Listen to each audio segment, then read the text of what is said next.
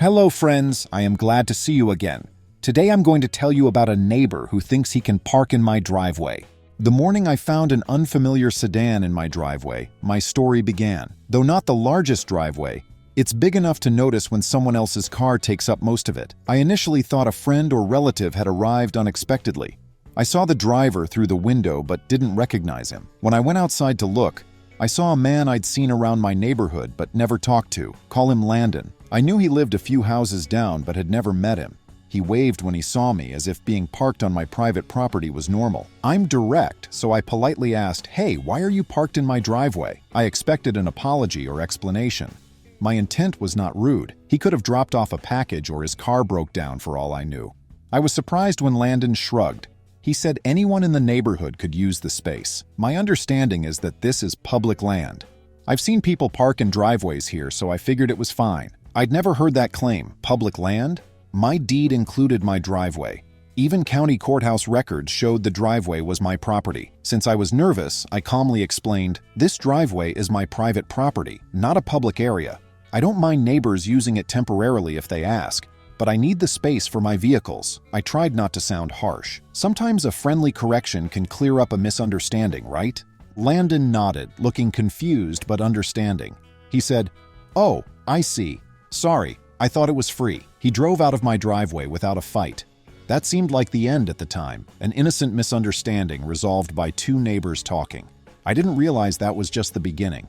A few months passed without incident. Landon drove by occasionally and we nodded or waved politely. It was water under the bridge. In fact, I almost forgot the encounter. Our neighborhood was usually quiet, with the biggest news being a dog having puppies or new neighbors. My concerns usually involved home improvements and yard work, especially since I planned to turn part of my backyard into a greenhouse. I spent some time volunteering at a local food pantry and the rest of my time working on a strange mix of technical and creative tasks from home. Driveways and property lines were out of my mind with that schedule. One morning I went outside to pick up some mulch for my backyard project. Landon's car was again parked in my driveway like it had a permit. The sight shocked. I believed the issue was resolved. In disbelief, I looked around to see if he was in the yard or talking to a neighbor. No one else was visible. Naturally, my patience waned. I was more agitated this time. Yes, I was on edge. I walked straight to his car, leaned in the open window — he had left a crack for air — and called, "Hello? Landon? Are you around?" Nobody answered. Landon emerged from the corner with a bag of groceries a minute later. He greeted me casually as if he weren't violating my property rights. He looked surprised when I said, "You need to move your car immediately," like we had never talked before. He asked my problem, my issue. My driveway is my problem. I reminded him of our 2-month-old agreement. I reminded him that we were in my driveway on my land and that I had politely asked him to park elsewhere. Landon shook his head like I was crazy. "I did some research, and from what I understand, this driveway isn't private the way you think it is," he said casually but dismissively. I was surprised that anyone in this neighborhood can use it due to the boundary lines. I told him that his research was wrong and that I had the official survey of my property from when I bought it. The survey showed the driveway on my property. I saw his arrogant grin. "I'll move my car this one time," he said. "You should know I believe I have the right to park here. I'm being polite for now." I was shocked. No one had ever ignored simple property records so boldly. I continued my day after he moved his car. I felt sick in my stomach. His demeanor suggested this was far from over. I couldn't ignore tension in the weeks that followed. Landon would drive past my house, slow down, and stare at my driveway several times. When I was watering my flower beds, he pulled up across the street, rolled down his window, and watched. Then he laughed, waved goodbye, and drove. This was unsettling. My friends advised me to be cautious and document these encounters. I started taking brief notes in my phone when I saw him stalking. About that time, my sister Andrea visited for a long weekend. She's one of those practical people who tries to explain everything. She thought the driveway incidents were a misunderstanding when I told her. She suggested I invite Landon over for a neighborly chat and property boundary clarification. Given his odd behavior, I wasn't eager to host him, but I thought a direct conversation backed by property documents might resolve the issue. I left a note on his door suggesting we discuss the driveway. The next day, he arrived with cookies and a big smile at my house. I saw the irony. He sat in my living room while I showed him my property survey. These lines proved my driveway was mine. No close call or ambiguous boundary existed. My property stretched 2 feet beyond the driveway to the fence and the public sidewalk beyond that. There was no way the driveway was public. Landon looked at the survey, nodded, and said, "That's interesting." I waited for him to elaborate, but he didn't. He repeated, "That's interesting," twice or 3 times. He then claimed that city regulations sometimes trump survey drawings. I advised him to present municipal documents proving my driveway was a public easement. Otherwise, he must acknowledge my private driveway. He murmured agreement and then talked about cookies. "They're homemade," he said, smiling to lighten the mood. Andrea, who was sitting quietly on the couch, tried to be diplomatic. She thanked him for the cookies and said we wanted a peaceful neighborhood. Landon grinned again and said he understood. Before leaving, he promised not to park there again unless we agreed, appreciated him. I even shook his hand. I thought that was the end. Things were normal for a few months. Landon and I coexisted well without becoming best friends. He'd wave back when I waved when he drove by occasionally. Life went on, and I assumed the driveway debate died quietly. My greenhouse project was more complicated than expected, so I focused on it. Digging, building raised beds, and installing lighting were big jobs. I helped my friend Paula expand a local math and reading tutoring program for kids. My volunteer work, home projects, and day job kept me from relitigating property lines. In an instant, everything changed. I heard a loud commotion out front while working on the greenhouse frame in my backyard on a sunny Saturday afternoon. I froze as I walked around the house, thinking it was construction materials. Landon's car returned to my driveway. This time, it wasn't politely parked in the middle. He placed it diagonally, half blocking the walkway to my front door and leaving little room for my car. A statement, it seemed intentional. Landon fiddled with a toolbox beside his car. I approached him, angry, but tried to stay calm. I said, "Landon, we went through this. You know not to park here. Why repeat?" He turned to me and looked confident and smug. He said, "I did some real digging. If there's a shared boundary, city codes allow driveways to main roads." It was shocking, but I almost laughed. "Your driveway touches the sidewalk in front of your house, so it's public." His desperateness was obvious. He sounded like he was reciting a bizarre blog post that misinterpreted local laws. As calmly as I could, I told him he was wrong and needed to move his car immediately. I even offered to show him the property survey and local ordinances again. Not in the mood to reason. Instead, he stepped forward, pointed at me, and told me to call someone about his car problems. "Go ahead, call a tow truck if you think you're so right," he said, full of defiance. "Just call the police. After all, you can't take my car from public space." The final straw. I would not allow bullying on my property. I went inside, grabbed my phone, and called for a tow without saying anything. Never before had to do that. I wondered, am I towing my neighbor's car? But letting him ignore my property lines was unacceptable. This towing company promised to arrive within an hour. Landon stood in my driveway, occasionally glaring at my windows as if daring me to come out and argue. I stayed inside because I didn't want a shouting match to escalate and because I needed paperwork in case the police arrived. I checked my property survey, county website easement printouts, and texted a real estate firm friend to confirm my legal status. My friend laughed at Landon's claims, calling them nonsense, which gave me confidence to finish. About 40 minutes later, a tow truck arrived on my street.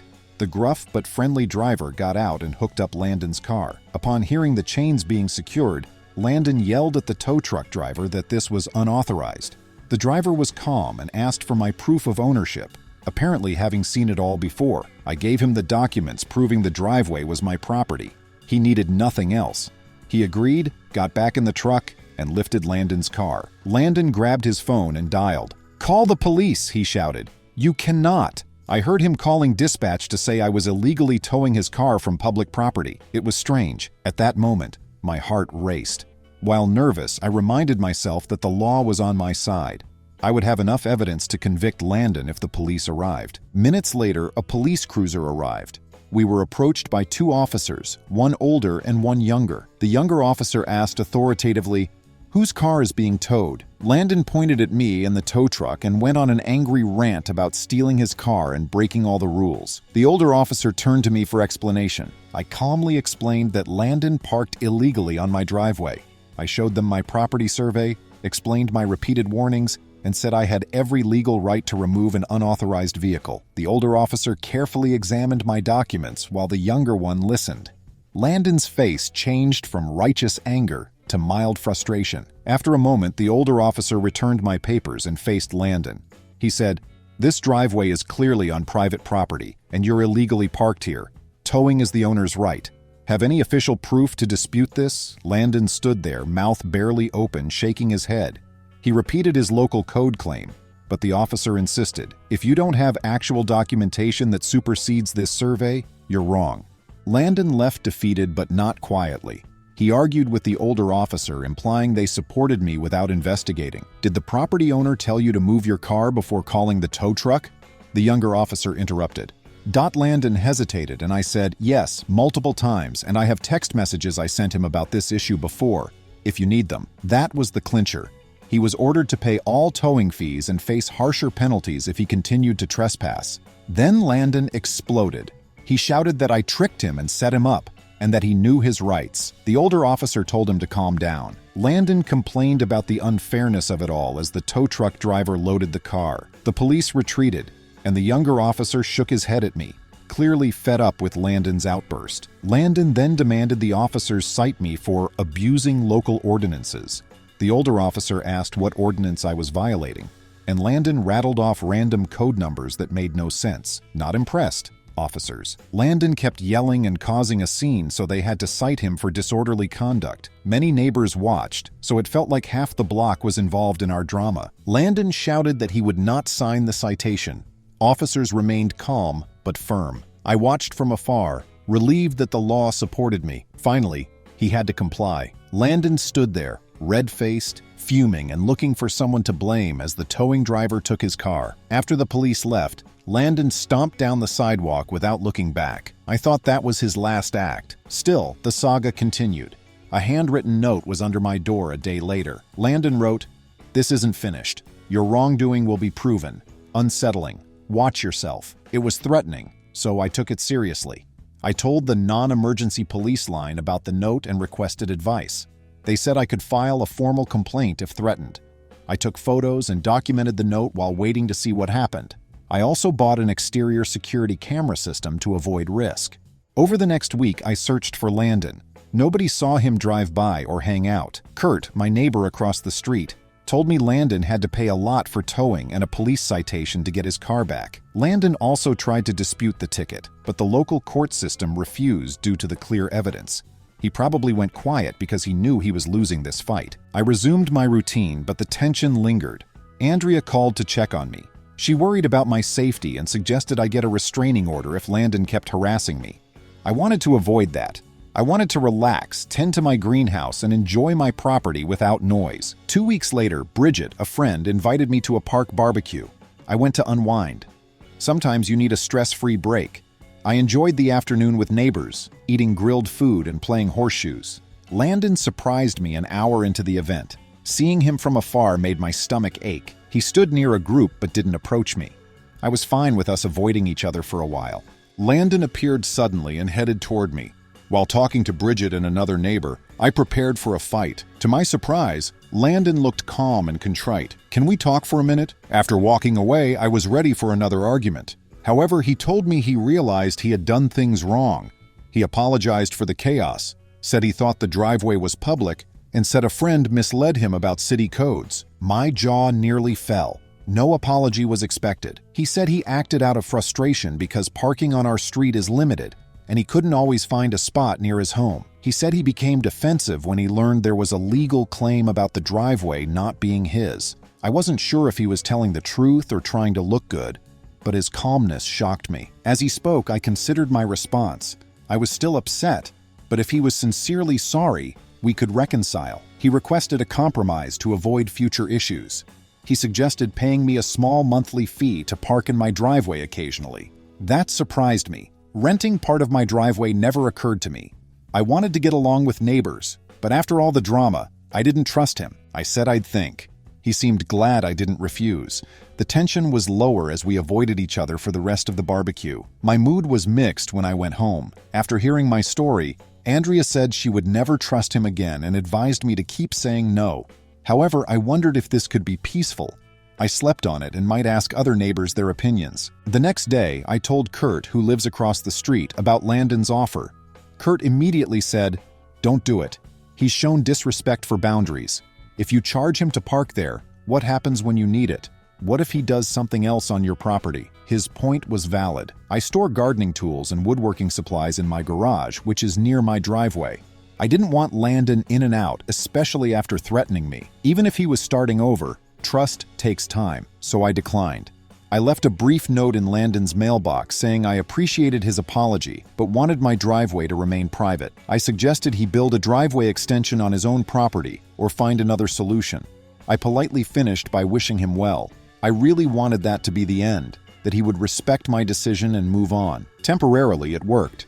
As we passed on the street, he stopped staring at me and didn't appear near my driveway. Life resumed almost normally after we nodded curtly. I worked on my greenhouse, which now has tomatoes, cucumbers, herbs, and Andrea's flowers. Building this greenhouse, a small dream, helped me relax and forget the tension. With more time to volunteer, I enjoyed giving back to the community. 6 weeks later, I returned from grocery shopping to find a strange car partially blocking my driveway entry. It wasn't Landon's car, but the positioning felt suspiciously similar to how he parked, as if the owner wanted to push my property line. I parked and walked over to investigate, furious. I looked inside the car but found no stickers. Who should leave the house across the street a few minutes later? Landon. He was talking to the car owner and pointing at my driveway. My frustration returned, but I didn't confront them. I wondered if this was a new tactic. The car returned the next day, partially blocking my driveway. This time, I wouldn't wait. I went straight to Landon's house and knocked. He replied with a wide-eyed innocence and asked what I needed. "Is that your friend's car blocking my driveway?" He shrugged and said he wasn't responsible for his friend's parking. I told him I'd need a tow truck if it happened again. He sighed heavily and told me to loosen up because I had plenty of room to enter and exit. I left with that familiar annoyance. I considered that Landon's friend didn't realize what they were doing. Deep down, I thought Landon was encouraging them. This was the next chapter in our battle, I felt. The next morning, I went outside to get the newspaper and saw that same car blocking more than half my driveway. Even my car was hard to back out. My time was up. I skipped asking Landon again. I retreated inside and called the tow company immediately. Before the tow truck arrived, the friend came out of Landon's house, saw me on my porch, and yelled. I refused to be swayed by his claim that this happens all the time. "Move your car or it's towed," I said bluntly. Scowling, the friend marched to the car, cursing. He sped out, leaving skid marks on the pavement. I expected Landon to leave and escalate, but he stayed inside. I informed the tow truck that the car had been moved, so they didn't need to come. This incident prompted me to talk to Carson, a 20-year neighbor. Carson told me Landon often fights over property lines and fences. Landon had apparently argued with another homeowner about shared hedges before I moved in, insisting they grow them in a certain pattern for more backyard privacy. He briefly argued with someone about noise. Carson said, "He just loves stirring the pot." It wasn't comforting, but it wasn't personal. Landon apparently fought everyone, including me. With this background, I decided to stop worrying about Landon's antics. I'd proven my driveway's legality. I would record and call towing or the police if he kept testing me or tampering with other cars. No more warnings or talks. I added security cameras to my driveway and street in case. It was unnecessary to wait for him to pull another trick before defending myself. Over the next few weeks, Landon seemed oddly friendly to some neighbors, almost like he was trying to rally them against me. Several people told me Landon was telling them I was causing trouble for no reason, or that I likes to escalate minor issues. This was frustrating, but I trusted those who knew me would see through it. I kept to myself, maintained my greenhouse, and avoided Landon's gossip campaign. Landon passed by while I was talking to Carson outside and smiled at him, ignoring me. He stopped, turned around, and whispered about me being high-strung. Carson heard, but neither of us took the bait. We kept talking as if he hadn't said anything. Landon stomped off again, furious at not being responded to. It was nice to ignore him for a moment. A local community officer distributed flyers about updated parking regulations for our street door-to-door that afternoon. The city was reportedly tightening street parking rules to accommodate emergency vehicles. When the officer arrived, I casually mentioned my ongoing dispute with a neighbor who claims my driveway is public property. The officer explained that a driveway within recorded boundaries is private property. Looking slightly amused. City street parking laws don't affect private driveways.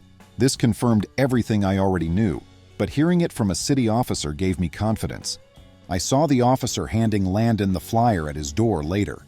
Landon was gesturing wildly toward my house, but I couldn't hear the conversation.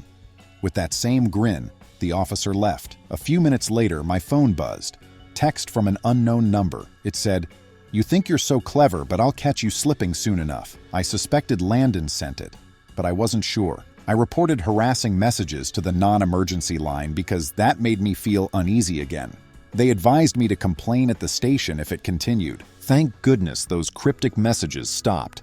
It seemed like Landon was running out of ways to provoke me. I responded quickly and decisively to every attempt he made, like having a friend park at my driveway. He seemed to realize he couldn't win with the same strategy. The neighborhood heard about our feud, but most sided with me because Landon is known for causing trouble. As he tried to spin the story in his favor, people remembered his past disputes. Living with this tension wasn't fun, but I had support. As weeks turned into months, Landon's antics faded.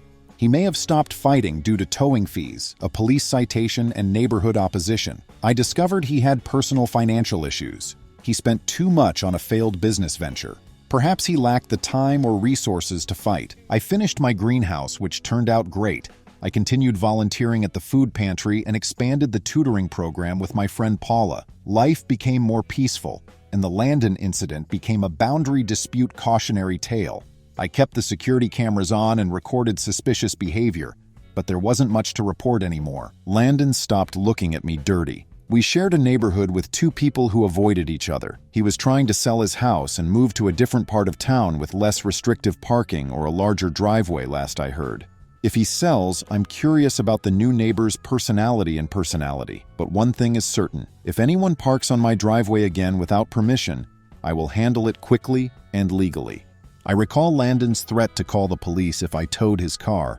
One of those bizarre moments where my natural reaction was, "Sure, let's see how that goes for you." He honestly thought the police would help him, but he got a towed car and a citation. I tell friends and family this story when they ask if anything crazy has happened in my quiet neighborhood. I have security footage and documentation to prove it happened, but they laugh in disbelief. It wasn't how I imagined suburban life when I bought the house, but it taught me to stand my ground, know my rights, and don't let anyone intimidate you on your own turf. The whole situation showed the importance of having property surveys and being ready to defend your rights. Too many avoid confrontation in hopes that things will resolve themselves. People like Landon take advantage of passivity, in my experience. Unless you stand firm early, they'll keep pushing until you're cornered. I learned the hard way that being firm, even if it makes you look strict, is better than letting someone bully you. I suppose the towing is the saga's highlight. I can't describe my satisfaction at seeing him stand in disbelief as his car was lifted onto the tow truck. Moral questions arise. Should I feel good about someone else's suffering? This time, it was due to his repeated trespassing and stubborn refusal to accept reality. If he'd left my driveway alone, nothing would have been towed. Police work was nerve-wracking and validating. Our dispute ended when the law officially told him he was wrong. Due to my property rights and the official survey, the officers quickly dismissed his claim that I was abusing the system. Landon experienced his first real accountability then. Given his arguments about public property, I wonder if he's made similar claims without legal repercussions. He chose the wrong person to test this time. Some people have asked me why I didn't try mediation or a neighborhood council. I repeatedly tried to talk to Landon civilly. I showed him documentation, let him present evidence, and tried to reach a compromise. I didn't immediately tow his car. After he ignored me, parked in my driveway, and threatened to call the police for removing his car, I realized rational dialogue wouldn't work. He wanted to gain power through intimidation and confusion. Towing was my only option. This story was dramatic, but I'm glad justice won. He called the police and tried to blame me, but he got a towed car and a citation. I don't wish anyone harm, but I believe in consequences. If you repeatedly violate property rights, you should be punished. Simple as that. Landon's partial apology at the community barbecue was the oddest. I saw someone who could have been a normal neighbor if he hadn't been so righteous. His subsequent actions with his friend's car blocking my driveway showed that the apology was more about face than remorse. Either that or he loved causing trouble. His lifestyle is unfortunate, but his choice. The neighborhood has returned to quiet in recent months. While the driveway drama is still discussed, it's now more of a joke than a problem. I love coming home, pulling into my driveway, and not worrying about who's parked there.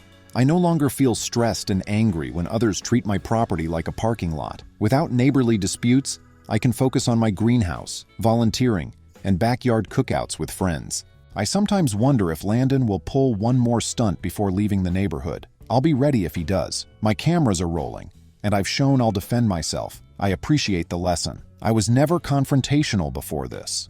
I now realize that addressing these issues early is better than waiting. You defend your rights when someone violates them. The lesson is that even with a driveway, people may not respect common sense or decency. They sometimes make up wild public property and local ordinance theories to justify their actions. You can clear the air with proper documentation and a willingness to act, calling a tow, contacting the police. Let that person call the police on themselves with baseless accusations. We'll learn the hard way. Who knows how Landon got what he deserved for calling the police? Well, irony speaks for itself. He called 911 expecting a reprimand. Instead, he faced evidence that he was wrong, which resulted in a stern talking to from the officers, a disorderly conduct citation, and towing costs. If he had listened when I spoke calmly, none of that would have happened. He took this path and had to live with the consequences. I now get nervous when a car approaches my driveway too closely. Most neighborhood residents know the story and stay away. A delivery driver or visitor may park halfway into the apron by mistake, but they move when I tell them. It's unlike Landon's deliberate disregard. I hope I won't need a tow truck again. I still remember the police arrival. Landon believed the police would agree with him. He eagerly awaited the chance to call me a trespasser on my property. They dismissed his claims and chastised him in minutes. His refusal to back down, citing random code numbers and accusing me of abusing local ordinances, deepened his hole. It was like seeing someone bet everything on a losing hand. When he realized the game was over, he fought until the officers had to issue a citation, discuss self-inflicted wounds. Ultimately, I hope he learned something. I suppose he can move on and try the same trick with his new neighbors. However, seeing his car towed while the police told him he was wrong may make him think twice next time. This is a harsh lesson, but one that someone who disrespects others' boundaries needs to learn. I'm glad this story ended peacefully without violence or lengthy legal battles. It was stressful, and I worried about retaliation. Despite some ominous notes and texts, nothing serious happened. Some neighbors and clear legal documentation helped me stand my ground. My driveway is mine again, and Landon can't do anything about it. He might not have had to watch his car get towed in front of a crowd of curious onlookers if he had listened from the start. Sometimes you learn the hard way. Tow truck fees, a police citation, and an embarrassing memory will likely stick with him. Friends, thank you. See you soon.